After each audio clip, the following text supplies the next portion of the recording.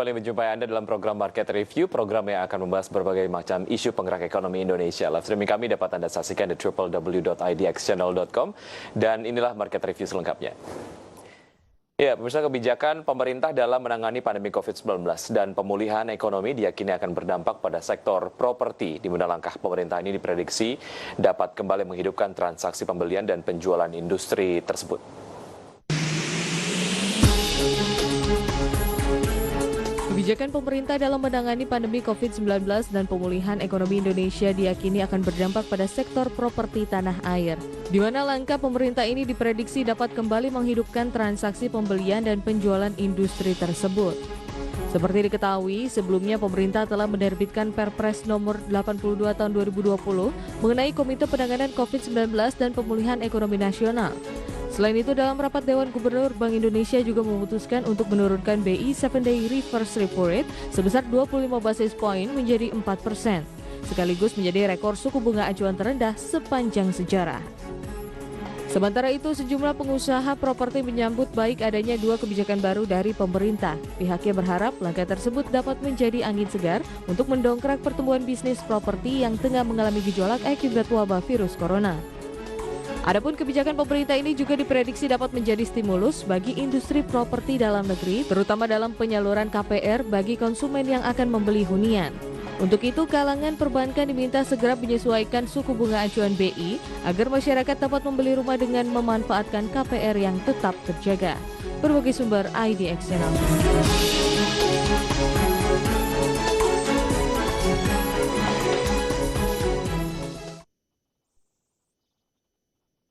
Ya, untuk membahas tema kita hari ini tentu saja mengenai daya dukung dari kebijakan pemerintah di tengah pandemi untuk sektor properti, sudah bergabung melalui aplikasi Zoom Bapak Panangyan Simanung Khalid, founder Panangyan School of Property. Selamat pagi Pak Panangyan. Selamat pagi, Bung. Ya, terima kasih sudah bergabung Pak Panangyan di Market Review. Apa kabar Pak? Baik. Baik, semoga kita sehat selalu ya Pak Panangyan ya.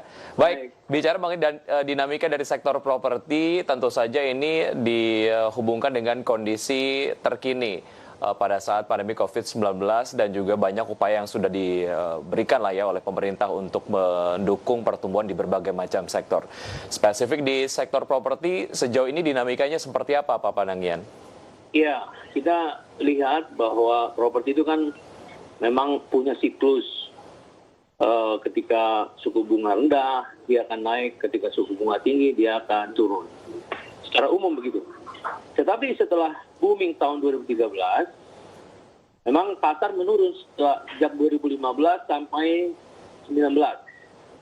Nah, seharusnya dengan penurunan suku bunga Bank Indonesia, ya BI rate, reverse repo rate itu sejak tahun 2019, harusnya properti itu sudah akan naik di tahun 2020. Di tahun 2020 ya.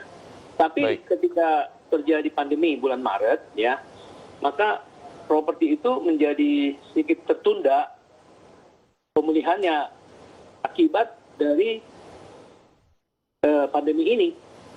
Nah, kuartal 1 properti itu masih normal ya pemulihannya karena suku bunga kan lagi turun.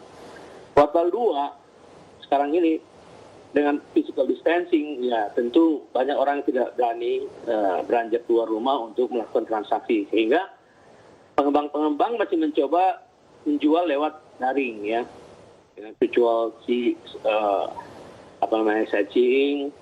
Nah, jadi secara umum dengan pertumbuhan ekonomi yang minus di kuartal 2, pasti properti itu atau penjualan rumah atau penjualan apapun sektor properti akan menurun. Baik. Ya, signifikan.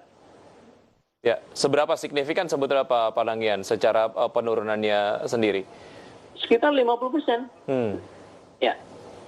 Baik, tadi seperti Anda sampaikan sebetulnya pertumbuhan dari sektor properti biasanya seiring dengan penurunan dari suku bunga Bank Indonesia gitu. Jika kemudian trennya rendah, maka growth dari sektor properti akan cukup menarik.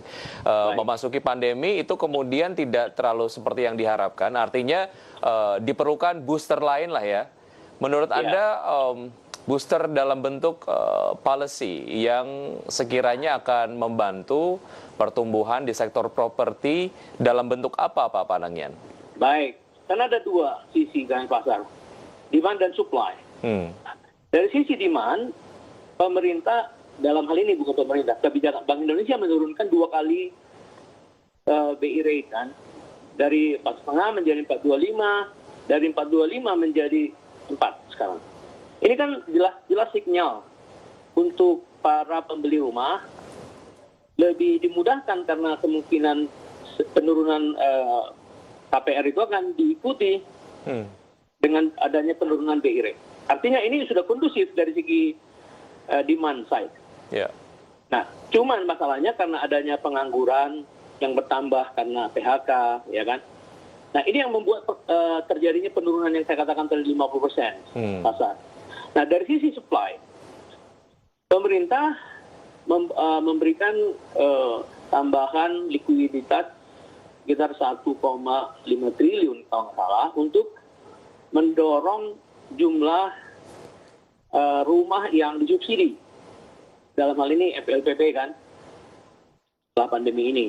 Nah, mudah-mudahan ini juga memberikan tambahan stimulus bagi kalangan menengah ke bawah dari sisi supply. Nah, dari sisi supply yang lain, tentu pengembang harus melakukan pengurangan margin. Karena musimnya kan musim paceklik. Artinya barang mencari uang. Tapi pada sisi yang lain, sebenarnya uang sedang mencari barang. Karena kan lagi turun suku bunga BI rate kan. Nah, jadi ini soal momentum aja. Bagaimana pengembang bisa bertahan sekitar 6 bulan ke depan, menyusun cash flow-nya. Begitu 2021 kita sudah plus 5% atau 4,5% lah. Baik. Jadi kesulitan kita sekarang kuartal 3, bagaimana menghadapi kuartal 3? Karena saya yakin kuartal 4 positif pertumbuhan ekonomi bisa 3%. Baik. Bagaimana sebetulnya teman-teman di industri properti memanfaatkan momentum itu walaupun memang terdapat banyak sekali challenges yang Anda tadi sampaikan ya? Betul. Seperti apa upayanya untuk memanfaatkan momentum ini, Pak Panangian? Ya, pertama, fokus pada rumah dengan harga di bawah 1 miliar. Fokus pada apartemen atau produk-produk apa saja, townhouse, ruko, di bawah 1 miliar, itu dulu. Jadi yang selama ini dia jual 2 miliar, nah itu lupakan dulu sekarang. Nah, bahkan makin rendah di bawah 1 miliar, misalnya 500, 300, 700, inilah pasar yang masih tersisa di pasar sekarang.